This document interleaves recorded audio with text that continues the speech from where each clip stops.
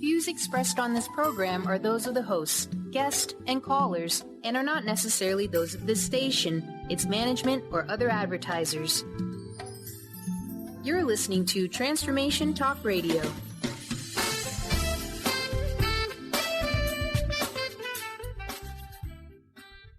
Welcome to Lucid Planet Radio with Dr. Kelly Neff. This hit show will illuminate your senses and empower you beyond your daily stressors and hardships. Renowned psychologist and author Dr. Kelly will captivate you with far-reaching topics and amazing guests as you wake to the greatest version of yourself. Learn to tap into your intuitions, think critically about our world, heal emotional and psychological wounds, and follow your passions to live your dreams. Each week, you'll learn how to navigate the global shift of consciousness and explore the deeper knowledge within. Welcome home. Now here's your host, Dr. Kelly Neff. Hello, everyone. I am Dr. Kelly Neff, and you are listening to Lucid Planet Radio on Transformation Talk Radio, CRN Digital Talk, and WBLQ 1230 AM, Rhode Island, Connecticut, and New York. Stay with us for the next hour and let us help you experience some inspiration and creativity and fun. Every week here on Lucid Planet Radio, we have some of the most gifted scientists, healers, speakers, and authors helping you to become the greatest version of yourself. You can find out so much more on the lucidplanet.com. Stream all of our podcasts for free on lucidplanetradio.com, as well as iTunes, TuneIn Radio, SoundCloud, etc., etc. You can also please connect with me. I'd love to hear from you.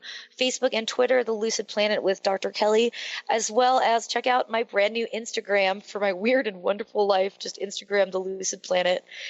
You can also, on our website, find out how to nominate yourself or someone else for the show, or become an advertising partner to our extensive audience that reaches over 11 million homes in the U.S. And I also have a very big announcement to make for 2017 that is coming, so stay tuned for that.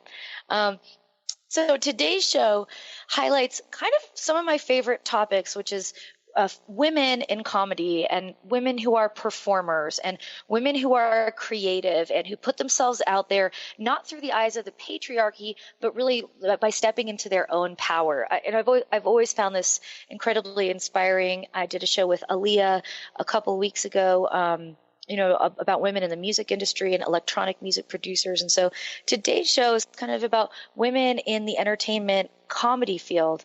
Now, I have to admit, I'm just throwing it out there, I have definitely secretly always wanted to be a comedian. I'm just not sure if I'm funny. I know I'm really weird, but I don't know if I have what it takes to get up there and perform in that way. And anybody who has performed, whether it's, singing, dancing, telling jokes, etc., you know how tough it can be. But I genuinely believe that laughter is kind of the great unifier and really the best way to approach some of the very complex and controversial topics that we deal with in life.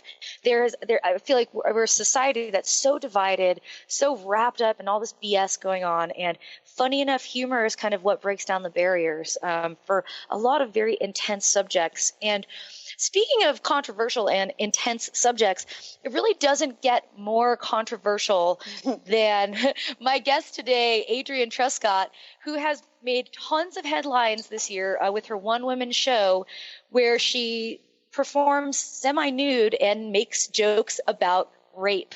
Yes, no, this is really a thing if you haven't heard of her. She basically is reappropriating what has been this kind of traditional male misogynistic humor about rape and completely flips it around.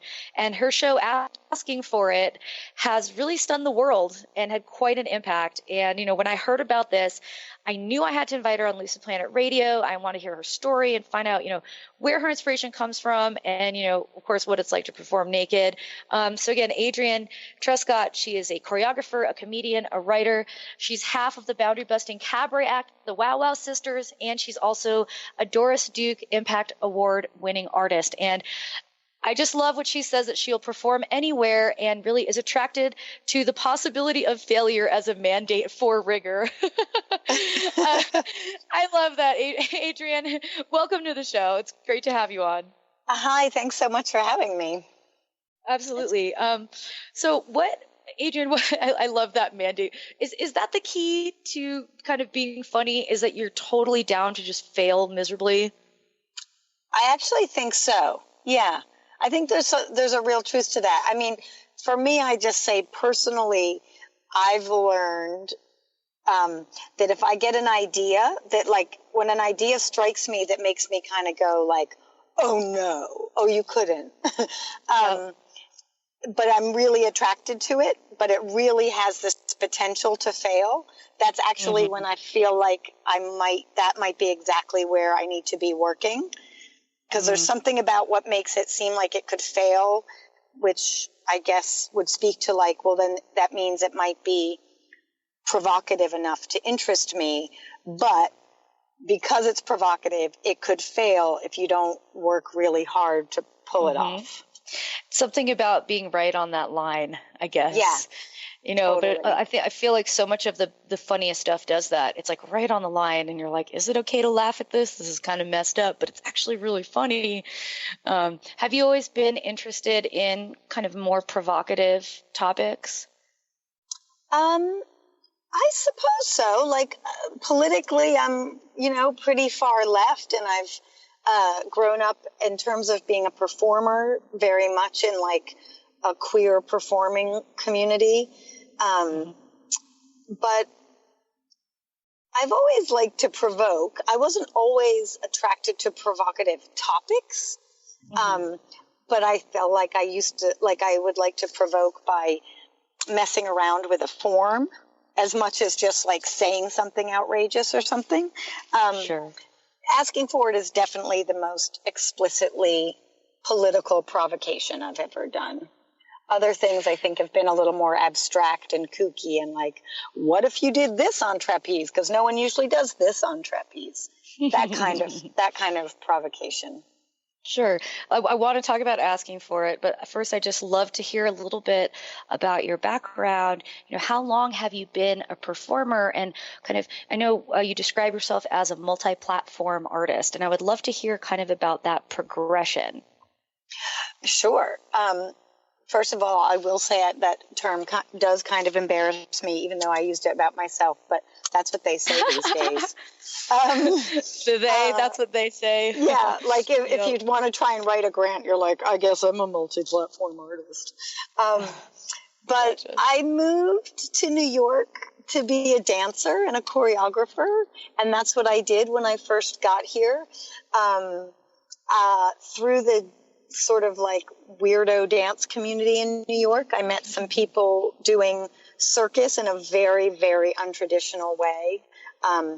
The person who sort of introduced me to it is a woman named Jennifer Miller, who worked as the bearded lady of Coney Island for a very long time. And she made this really kooky circus called Circus Amok.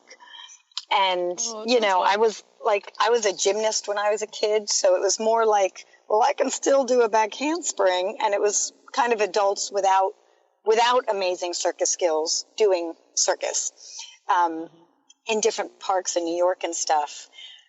And then I started working with another company called Lava, which happened to be an all-women's dance company, but we kind of used circus as the physical vocabulary. And then we started training really hard and actually became good trained circus performers. And I still was making dances and being in other people's dances and theater pieces on the side.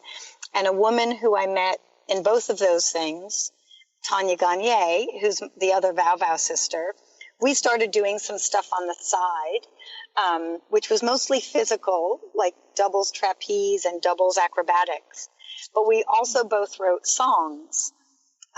She wrote these funny songs on a bass, like she wrote these 1-minute love songs on bass, and I wrote kind of 3-chord country songs, and both of our songs were quite like sort of dirty and funny.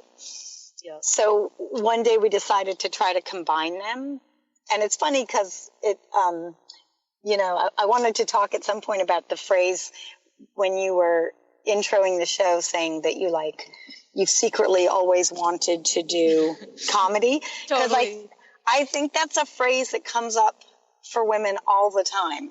I secretly wanted to do this. And even still, a lot of us don't always feel the license to just say what the heck and give it a go.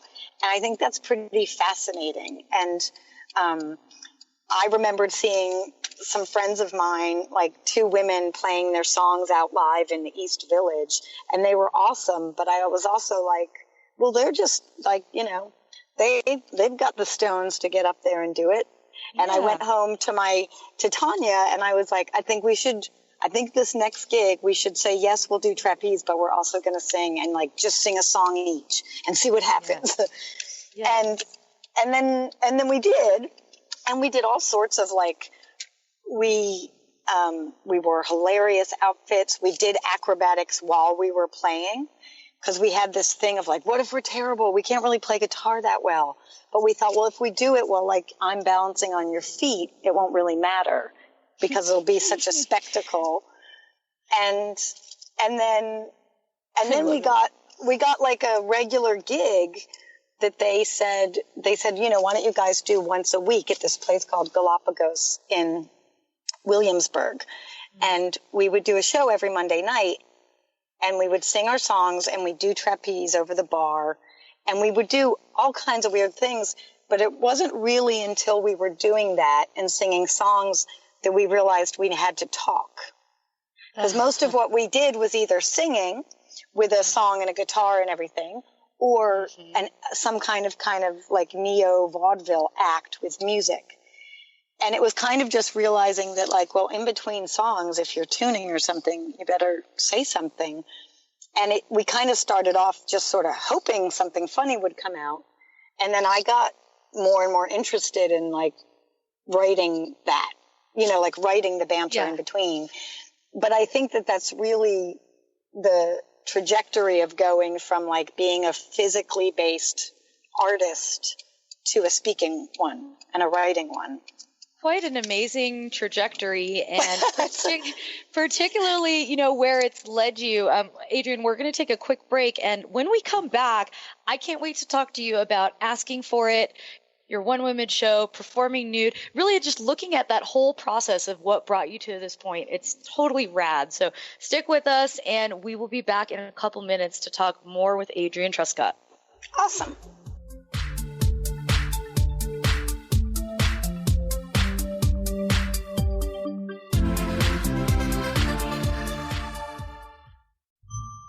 Brand consultant and coach Jen Morgan is here with Radically Distinct Radio to help maximize your brand's power to produce results. Whether you're a person with a dream and unsure where to start, or a CEO of a successful company wondering what's next, Jen Morgan and the RAD method empowers you to play to your strengths and focus your competitive edge so you can show up in the world as your most powerful brand. Go to jenmorgan.com or call 206-972-5366. Song of the Heart, Walking the Path of Light, from author and healer Francine Vale, is available now. Through Francine's life story, we learn how imperative it is to love one another. Once this simple truth is learned, peace on earth will prevail. Song of the Heart is a life lived and a story told for this purpose.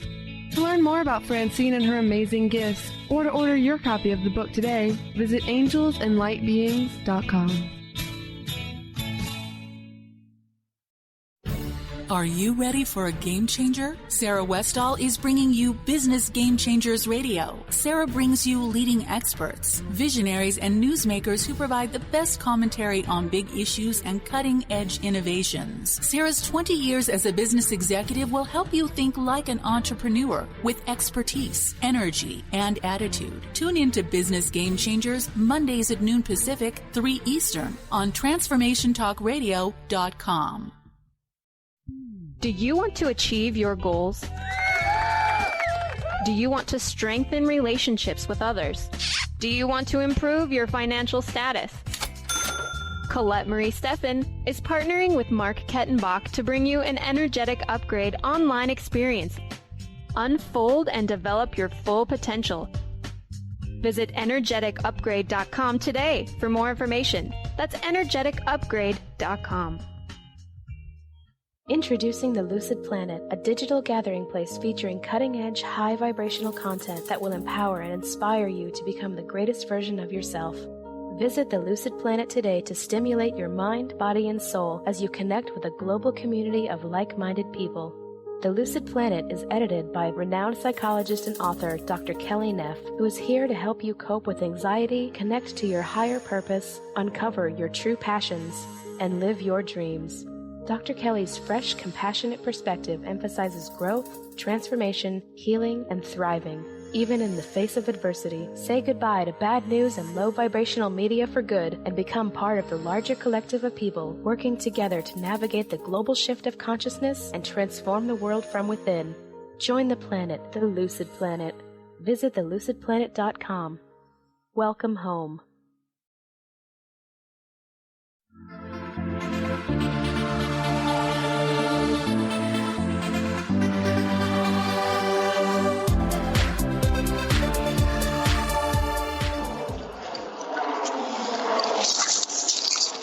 We are back on Lucid Planet Radio with Dr. Kelly, and my guest today is comedian Adrienne Truscott, who is talking with us all about her journey and experiences through finding her comedic voice in this way, and really about her new one-woman show, Asking for It. Before we continue, Adrienne, I just want to make sure that everybody knows how to contact you to find out more about your show, your performances, etc. Sure. I guess my website, which is just myfullname.com. AdrienneTruscott.com. I don't update it as quickly as I should, and I have more fun updating on Facebook and Instagram. Facebook's the same name, and Instagram is Mrs. Truscott, spelled MISSUS, little underscore, and then my last name. Nice. Mrs. Perfect. Mrs. So, yeah, when I put this podcast up, too, I'll make sure to link to all of your stuff so people can find you pretty easily. But, I mean, there's these great pictures of you with this absurd outfit of blonde wig and a jean jacket and no pants with like beers on your crotch, just like circulating the internet. And so that's kind of a nice way to create your comedic identity, I think. Like anybody who searches for you, they're going to see all these crazy images from Asking for It. And, you know, so can you tell me a little bit about kind of what inspired you to write it and kind of what your intentions are putting this show forward? Yes, I can say that I also, although I was a performer and did lots of performance that was funny, I too secretly harbored a desire to do stand-up, and I was terrified of it. Some part of me just thought that's like just one more layer scarier than just like on-stage banter with one of your best friends while you're singing funny songs. But I'd always listened to it as a kid and a teenager and an adult. I watched comedy. Most people would take their first stab by trying out, 5 minutes at an open mic. But I thought I would try out an hour of rape jokes and see how that went, which I think comes because I was used to making full shows because of like my dance background and stuff. But anyway, I was working on it without quite realizing I was working on it. I think some of it came from material that would like pop up in my head that didn't feel like it was appropriate for the Vav Sisters shows because it was too specific. Yeah. And I think it came from just at the time feeling this like that there was ways that people spoke about rape and sexual violence that was so overtrodden and so lazy and so unquestioned. And I found like even campaigns that were about stemming sexual violence or marketing campaigns for rape crisis centers still focused all the attention on the victims, understandably to like help them. But I just felt like it was never addressing the crime before it happens and how to prevent it. And I just felt like there was this like vacuum of silence about all these other things that don't get said. I remember. Yeah. Sorry. Continue. That's okay. Sorry, I get excited. There was like anyway, and I just started thinking, what if you could do a comedy show about it? Like, because, if I wanted only to be a political activist, I would have taken a very different route. And then I could voice my thoughts about this in at a podium, at a rally or something. But the idea that you could sort of corral a group of people into a comedy show and then disguise what is a feminist rant against sexual violence as a comedy show, that, I could it would be really interesting and challenging as an artist for me to make. And I could possibly trick audiences into listening to another angle. Yes. Well, no, that's like my favorite thing about comedy. People have their defenses down a little, so they're more, we know from like psychology, they're more willing to hear information that goes against their attitudes and not immediately counter argue it or block it. They're just kind of like, okay. But I mean, the title of the show, Asking for It, I'm assuming that is a reference to the whole idea. So much of it, and you're absolutely right. I was a psychology, sexuality professor, and we would teach about sexual violence, and they literally have handouts about like how to avoid being raped. And it was like, don't wear your hair in a ponytail because then people can grab it. And like, don't wear provocative clothes, and like, always cover your drink and go to the bed. And I would actually get really insulted. Like the school would mandate that we would give these forms to people. And you're absolutely right. You're basically telling women just by existing, they're asking for it. And that it is their responsibility when obviously that's not the case, right? Yeah. And it's so outrageous. And I haven't been working on this show since I was in university, but I had a moment in a class in university that I realize now is pivotal to this show. A professor brought in, it was a very small class, like 13 or 14 people. And it was like 10 women and 3 guys. And the professor was male. And he brought in all these statistics about gender imbalances. So it was like pay inequality, domestic violence, rape statistics.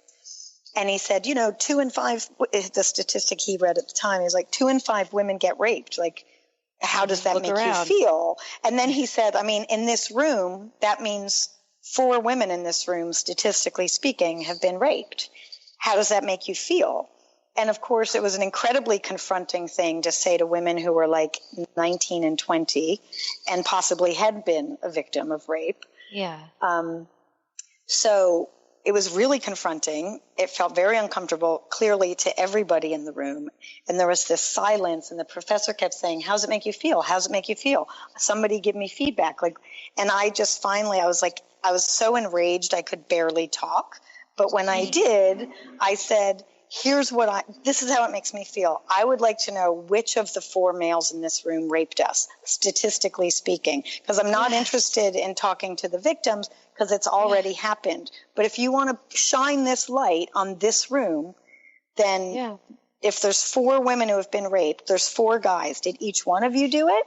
I was like, you're a male professor in a position of authority. Did you do all of them? Yeah.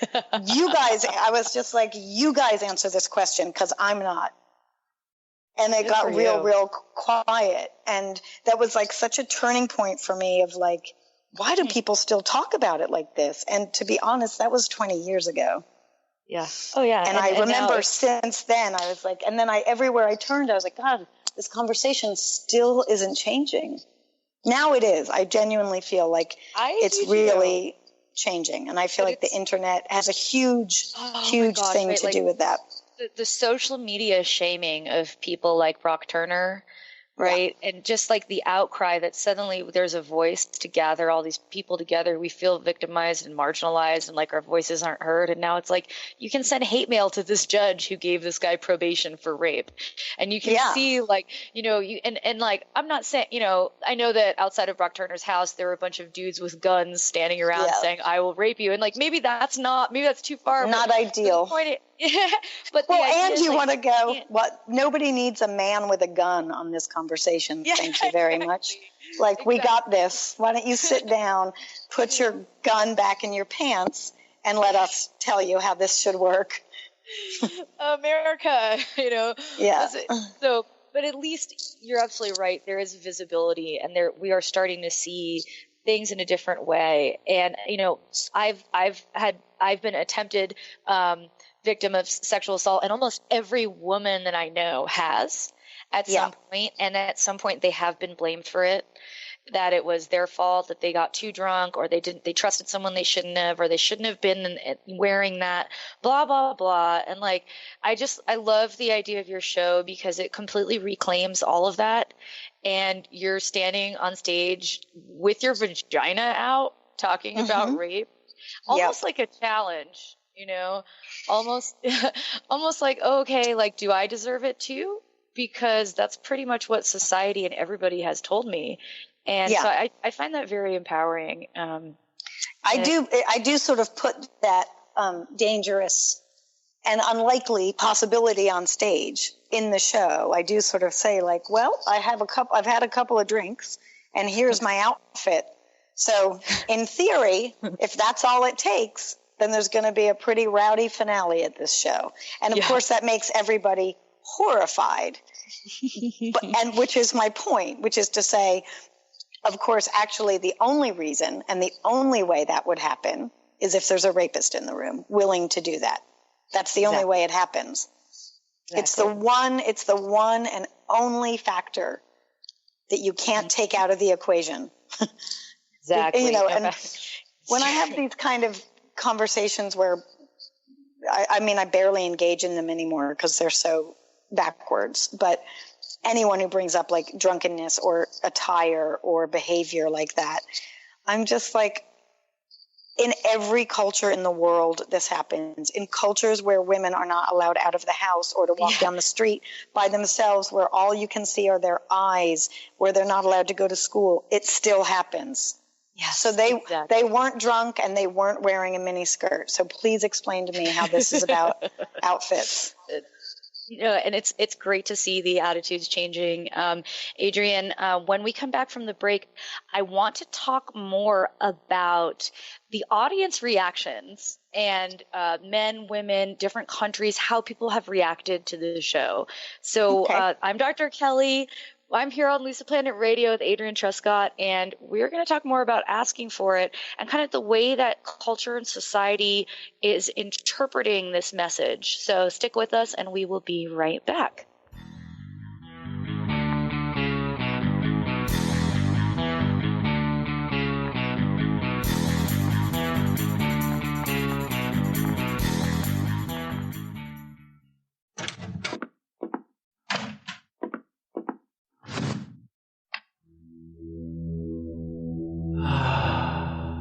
Beyond being this amazing neurologist, inventor, author, Dr. Dan Cohen has been called to look at technology and look at personal and spiritual development and merge these together.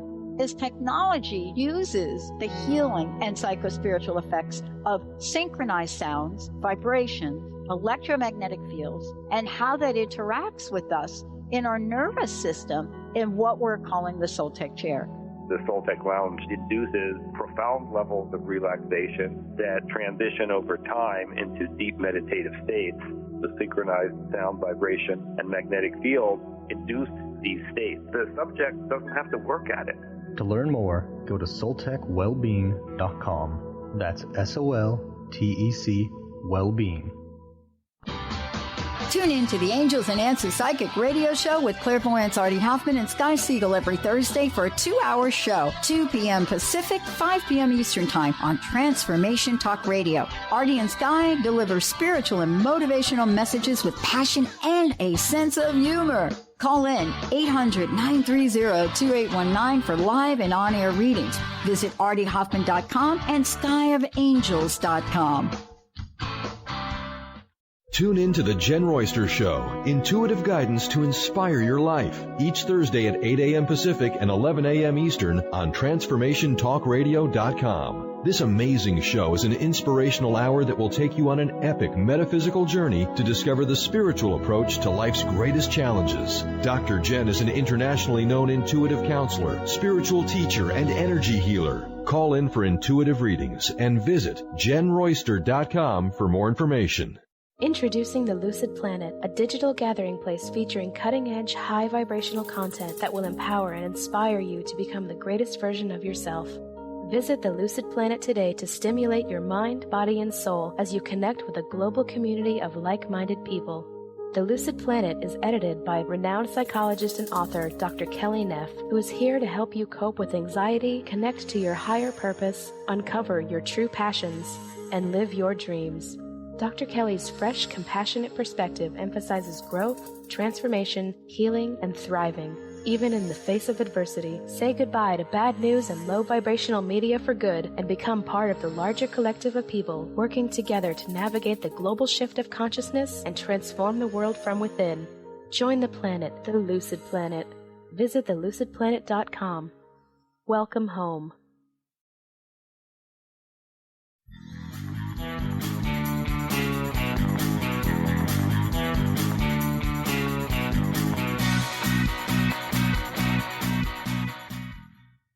We are back on Lucid Planet Radio with Dr. Kelly, and I am here with comedian Adrienne Truscott talking about her unbelievably provocative and interesting and controversial show, Asking for It.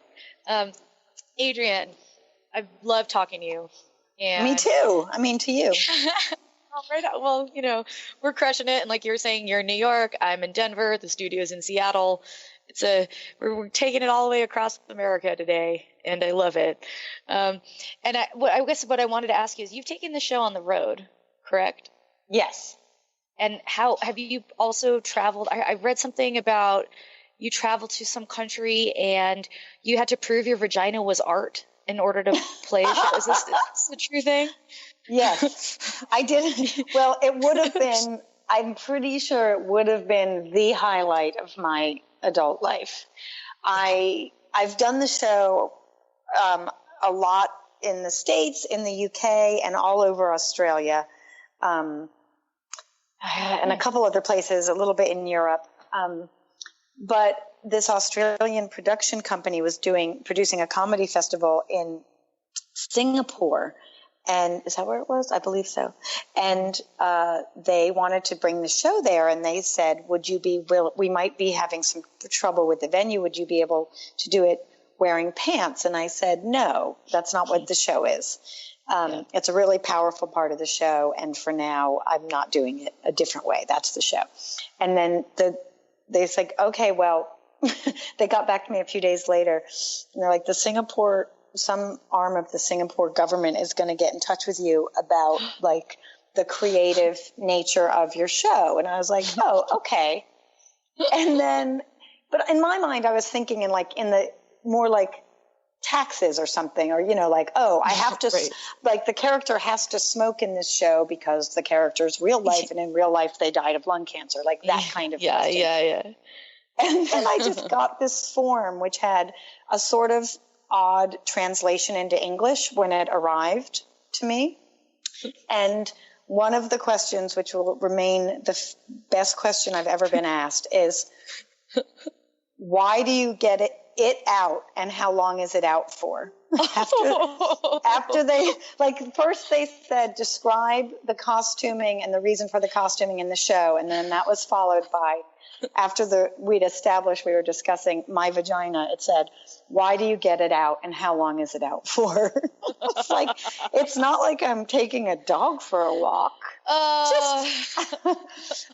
So I answered I answered it to the best of my ability and prayed to a God I don't believe in that I would get the license, just to have it, just to be like, it's my vagina license.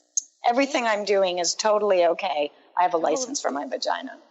Dude, I like that they're... I could get stopped by cops and be like, oh my gosh, officer, was I speeding? Here, let me get, that's not my driver's license.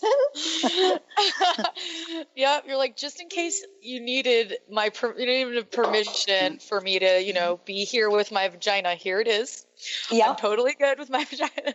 Fully licensed. That's great. So were you able to perform the show in Singapore or no?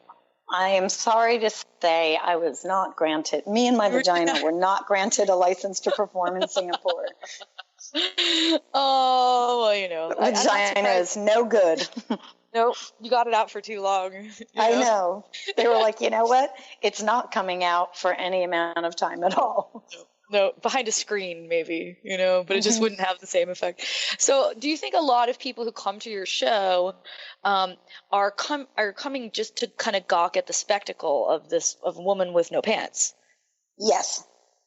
That was always, I believe that is true. It was always my understanding and my intention that would draw people to the show for that reason. And that was always fine with me because A, I want a mixed audience. B, I want to talk to those people. C, there's a bunch of ways you can find a vagina in this culture without having to listen to an hour of feminist comedy. So good on you for coming to this version. True.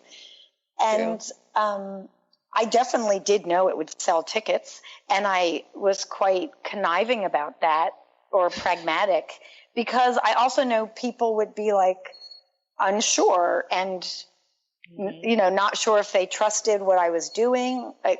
To many people before the show, like, was out there proving itself, of course, it sounded like an absolutely horrible, terrible idea.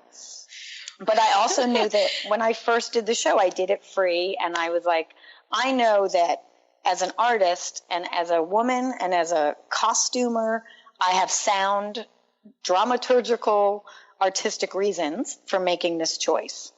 Yes. Outside of that, I know that it will also make for a great poster. It'll create curiosity, and it'll get people in who might not otherwise come. Yes, exactly. But I also, as an artist, grant any audience, I don't know right now in America with Trump supporters, but I used to grant any person in any audience enough humanity to imagine that they are able to look at a vagina and also listen to words being spoken at the same time. I mean, a lot of people are like, yeah.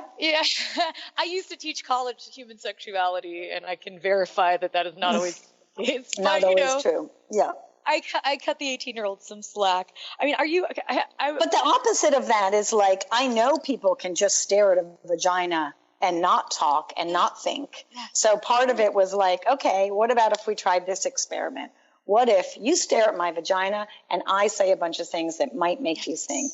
And it is my experience, because I do get challenged on this all the time.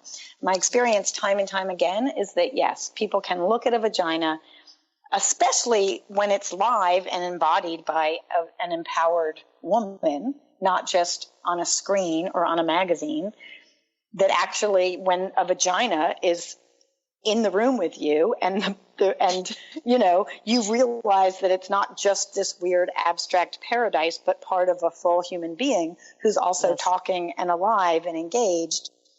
It really humanizes. Yeah, you know. Especially when they have a vagina license, then it's like all good. Exactly. I'm not saying everybody can do it, but well, you have a de facto license. If everyone ever earned one, it's definitely you. So have you had like extreme reactions? I mean, part of the show is to kind of elicit extreme emotional responses, I think.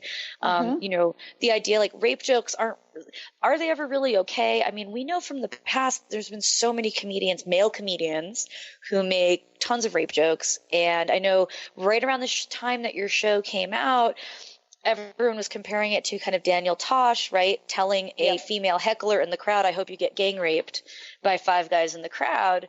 And, you know, men very flippantly say this kind of stuff and joke about this kind of stuff, but coming out of a female's mouth in a different way, you know, it's bound to elicit some different kinds of reactions. It's an expectation violation. It also kind of calls into question the whole idea of the male comedians for ever doing this to begin with. So have you had, like, what are your kind of best and worst, like, audience reactions that you've had? Wowza. I remember very clearly when I was first doing the show, its very first, like, week or two out at Edinburgh Fringe, quite a few young male comedians coming up to me and saying that they really loved it, that it gave them a lot to think about in terms of their own material. Which was really exciting. I had comedians who I call out in the show come to the show and be in the audience while I'm calling them out. Nice. And that was great. Like, one of the comedians who came, he was an awesome audience member. He did that thing of like unwittingly saying kind of sexist things afterwards in that way that you're like, you don't even realize what you just said. I've had, once the show started getting a lot of attention and critical acclaim, I had a couple guys who I think would like to think of themselves as kind of the bad boys of comedy, indirectly find out if there's a way that their photo could come down off my table. Nice. And then I wanted to go like, well, it all depends, doesn't it? Do you stand behind your comedy? Because if you do, be proud about it. But if you're saying my show made you think about your material, that's one thing. If you're saying my show's getting more attention than you and you don't want to be on my table looking bad like one of those dumb, lazy-ass rape joke comics, that's a different situation. Yeah, exactly. Don't shame me. Don't hold me accountable. Just pretend it didn't happen. And But, I've had some really amazing friends of mine who are comics who also helped me with some, like, hey, have you ever thought about trying this on that joke, or like saying this instead, or, like timing stuff. And they've also said to me in a very like honest and genuine way, like, I really have thought about, there's this one joke I do think it's funny, but part of me feels like, is it funny enough? And I don't do it anymore. And, my point has never been to censor anybody. Sure. It's more me just going, you make your jokes and I'll make mine and we'll just see how it goes. Yeah. I do think Daniel Tosh was being, quote, ironic when he said that. But then you want to go, except how ironic is it if you're playing, and a lot of your jokes are like that, and you're playing to a crowd that doesn't necessarily get that you're being ironic. And that's a great point. And when we come back from the break, we're going to talk a little bit more about this. That there is a certain level of kind of ethics or social responsibility when you're a public figure creating content that people consume. There is a certain level of, if you want to put the right messages out there, but at the same time express yourself however you want. So I want to talk more about that when we come back, and kind of how to bring kind of this feminist ideology into the types of content we create. So I'm Dr. Kelly here on Lucid Planet Radio with Adrienne Truscott, and we'll be right back to wrap up the show. Stay with us.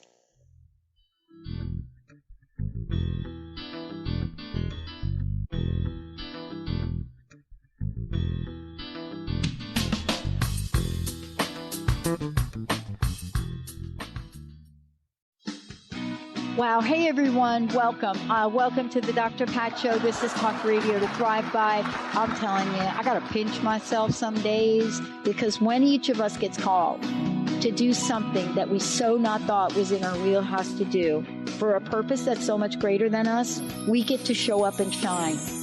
If you would like to show up and shine on the Dr. Pat Show as a co-host or sponsor, send us an email to inspire@thedrpatshow.com.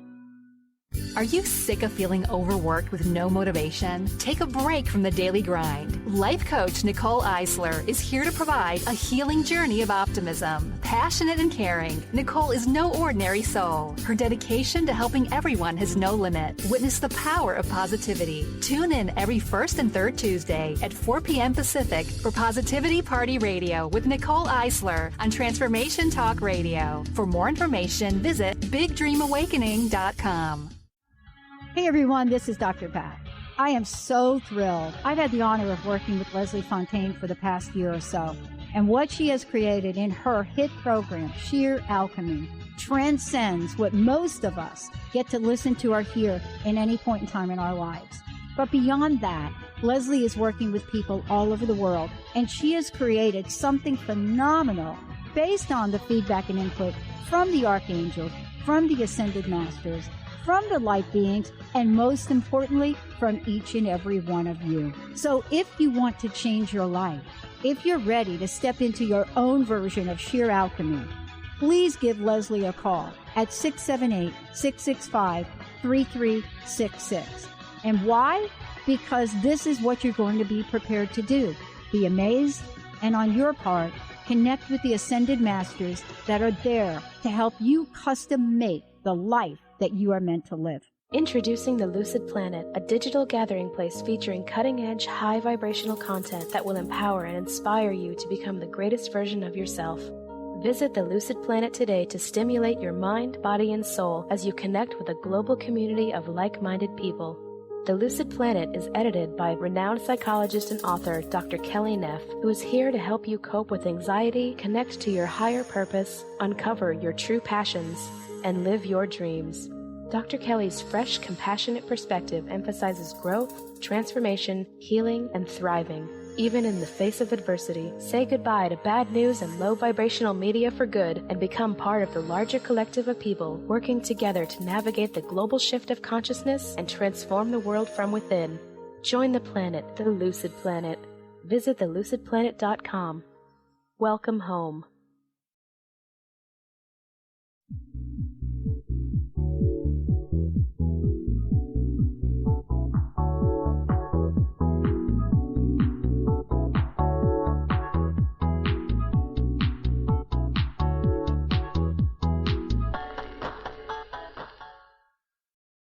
Welcome back to Lucid Planet Radio with Dr. Kelly. I'm here with Adrienne Truscott, who has been talking with us about women in comedy and feminism, and of course her one-woman show, Asking for It. Adrienne, it's been great having you on. One thing I would really like to know is, where can people see the play, and how can people see the play? I am based in New York City, and the show is kind of like in residence at Joe's Pub, which is a pretty amazing venue, and it has become, in some ways, an unlikely, because it's quite a classy joint connected to the public theater, an unlikely home for weirdo performance artists and comedians and people who do like something approximating cabaret but different, or approximating comedy but kind of skewed differently. So the next show there is December 1st. But it'll, it sort of happens every 6 to 8 weeks there. So that's a really good place to look for when it's happening again. And I'm working on putting a tour together based on the cities where people, especially high profile cases like Brock Turner, have had trials or judges or convicted rapists who have been sentenced overly leniently for all the reasons we're all too familiar with. And we're kind of building this like sort of crowdsourced Kickstarter version of like, well, now we got to go here because this just happened. And so we're going to do it like a crowdsourced, like how to fly me there.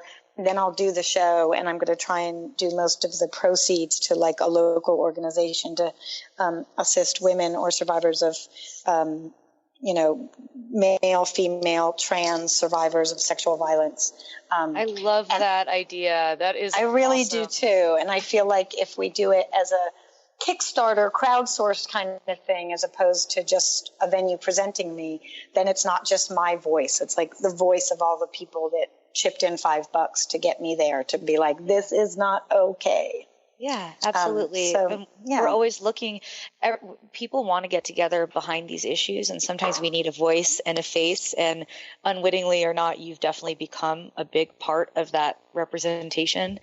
And I was mentioning before the break how when you are in the public eye and you are creating content that many people consume and that can influence people, to what extent do you feel that, one needs to be kind of ethical in the type of stuff they put out there and the way that it can affect and shape people's minds? Golly, I mean, I don't feel like I can be the arbiter of someone else's moral or ethical artistic stance, so I can only speak from my own. I know that when I decided to make this show, it was incredibly important to me that I be very responsible as well as challenging with my material, that I had to walk a line that was really taking risks in order for it to be genuinely provocative and interesting. But I took as much care as I could to, like, the title of the show is actually quite a bit longer, but I can't say it on the air. Yes, look it up. I know. That's okay. But, you know, the word rape is in the title because I didn't want to be responsible for anything I overlooked for, you know, a victim of sexual violence to come to the show unwittingly and then be like, you know, triggered or traumatized by what I'm doing. So I took as many precautions as I could to make it real clear that if you bought a ticket, you knew what you were you knew some version of what you were coming to. That's important. And I felt like I needed to be responsible to like my love for comedy and how powerful I think it can be, and my love of women and how much I wanted this show to speak something that I know we all want to say a lot. You know, I don't think that every single thing I've ever put on stage has been like about social responsibility. This show is for me, and it's really dear to me.